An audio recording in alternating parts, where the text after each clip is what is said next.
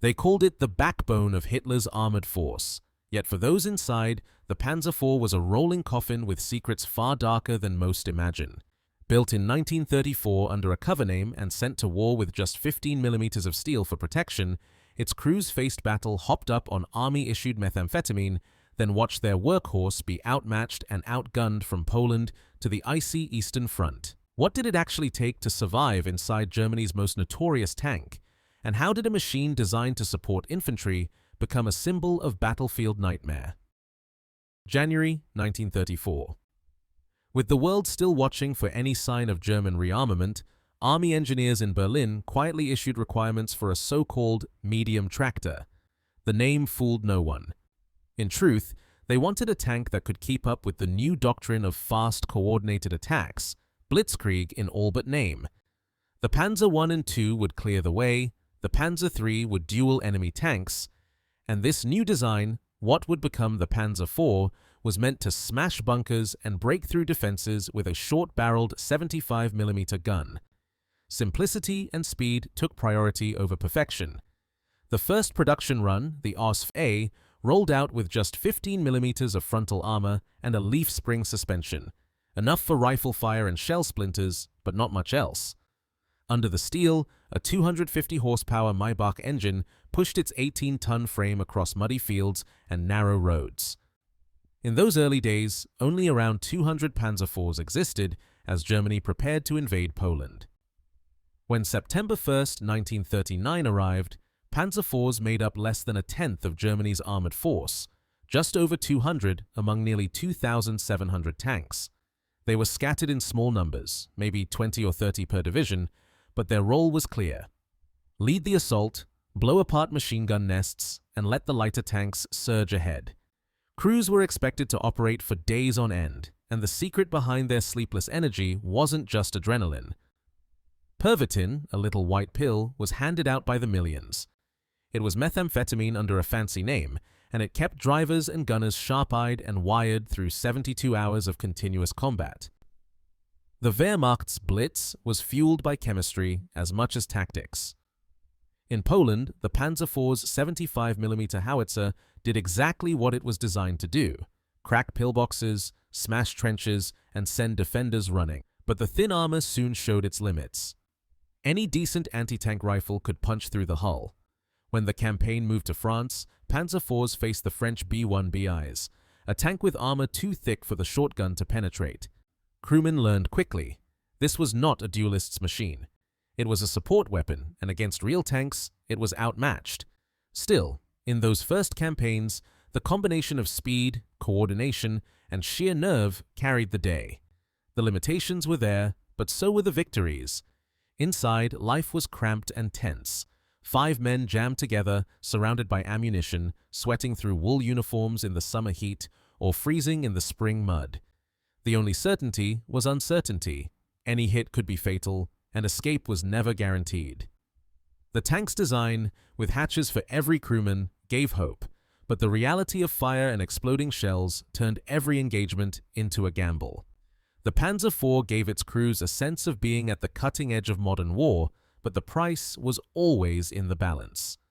The early war victories hid a looming truth. In the next battles, firepower and armor would matter more than speed or surprise.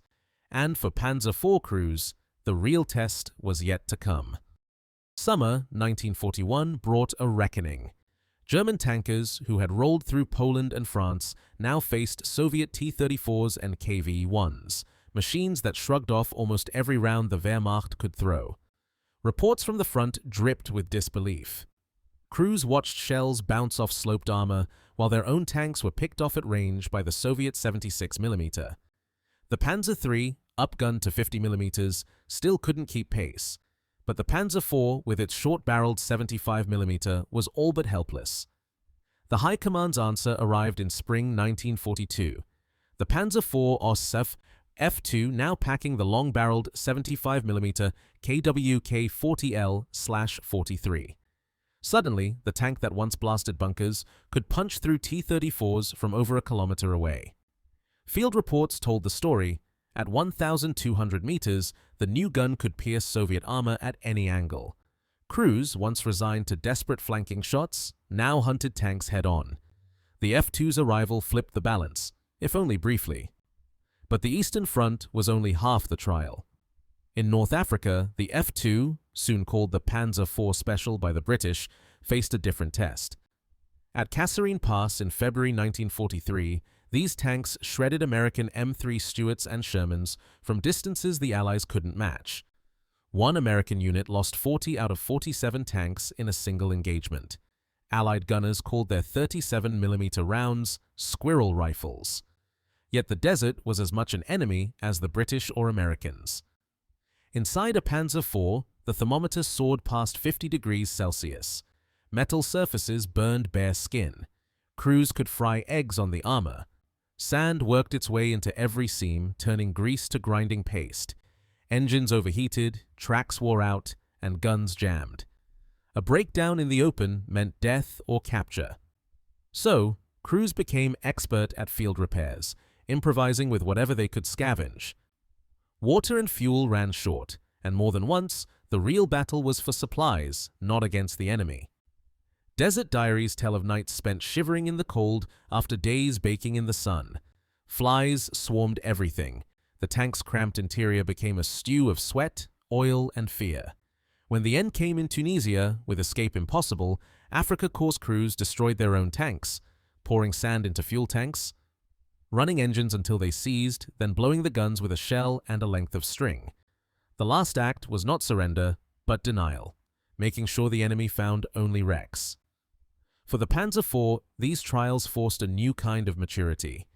The lessons of the East and the desert shaped every upgrade that followed. Thicker armor, better guns, new defenses. But with every evolution, the price for crews was paid in sweat, improvisation, and sometimes survival itself.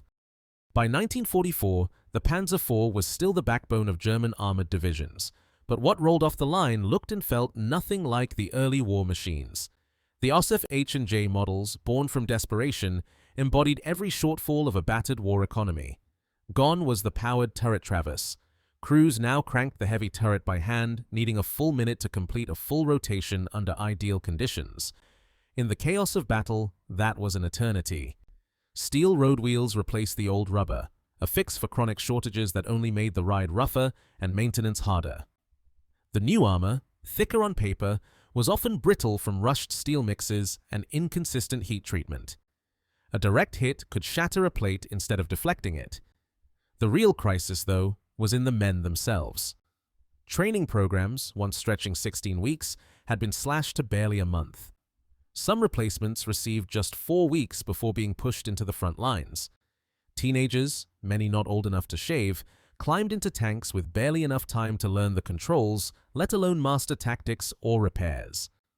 Diaries from late 1944 speak of drivers grinding transmissions to pieces, loaders fumbling shells, and commanders struggling to keep their crews alive long enough to learn anything at all. Operational readiness plummeted. Factory reports from the winter of 1944 to 1945 show that only about 62% of Panzer IVs assigned to units were actually fit for combat. The rest sidelined by breakdowns, missing parts, or lack of crews. In the same period, newer Panthers and Tigers fared even worse, with readiness rates dropping as low as 37%. The Panzer IV, once prized for its reliability, was now held together by cannibalized parts and field improvisation. As the Red Army advanced and the Western Allies pressed from the other side, Panzer IV crews faced a grim calculus: outgunned, outnumbered, and increasingly outtrained. What had started as the Wehrmacht's workhorse had become a symbol of a war machine running on fumes, each tank and every crewman stretched to the breaking point. For many, the reality was simple. A tank that couldn't move or shoot was just a steel coffin waiting for its next victim. Long after the last German tanks surrendered in Europe, the Panzer IV found itself refitted, repainted, and sent off to new wars under different flags. No other German tank from World War II spawned such a sprawling family tree. The basic chassis became the backbone for a whole range of specialized vehicles: assault guns, tank destroyers, and heavy artillery on tracks. The Jagdpanzer IV, built from 1944, replaced the turret with a low casemate and a long 75mm gun, turning the old workhorse into a tank hunter with a silhouette barely higher than a crouched man.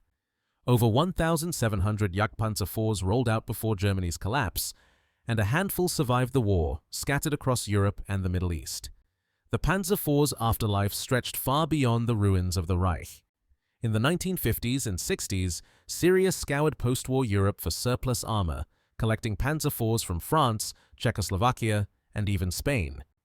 By 1967, at least 25 were still operational, dug in on the Golan Heights alongside a ragtag mix of other German vehicles. When the Six-Day War erupted, these tanks, some over 2 decades old, fired their last shots against Israeli Centurions and Shermans. Not a single Syrian Panzer IV managed to knock out an enemy tank. Israeli forces captured 4 intact, the rest were destroyed or abandoned, ending the Panzer IV's combat career where it had begun, in desperate, uneven fighting. Today, just 29 Panzer IVs remain, preserved in museums or private collections from Europe to the Middle East. Some wear the faded grey or desert yellow of their first crews, others the olive drab or sand camouflage of later owners. Each battered hull carries the marks of adaptation and survival, reminders that the Panzer IV was more than a single machine. It was a platform that outlived its designers, outlasted its enemies, and refused to disappear quietly into history. By 1945, Panzer IV crews faced the front with tanks that took 60 seconds for a full turret turn and were manned by soldiers with as little as 4 weeks of training, a sharp decline from the early war standard. Wartime documents record frontline readiness dropping to 37% as shortages and brittle steel increased the dangers. Despite rapid technical upgrades, diaries and after-action reports confirm that crews endured severe cold, ammunition fires, and psychological strain, especially on the Eastern Front. Yet, the Panzer IV outlasted the Reich, serving in Syria through 1967, with 29 tanks still preserved today. The evidence shows this tank was not just a machine, but a test of human endurance, adaptation, and the costs of relentless war. Its legacy is measured in both its battlefield impact and the enduring questions left in its wake.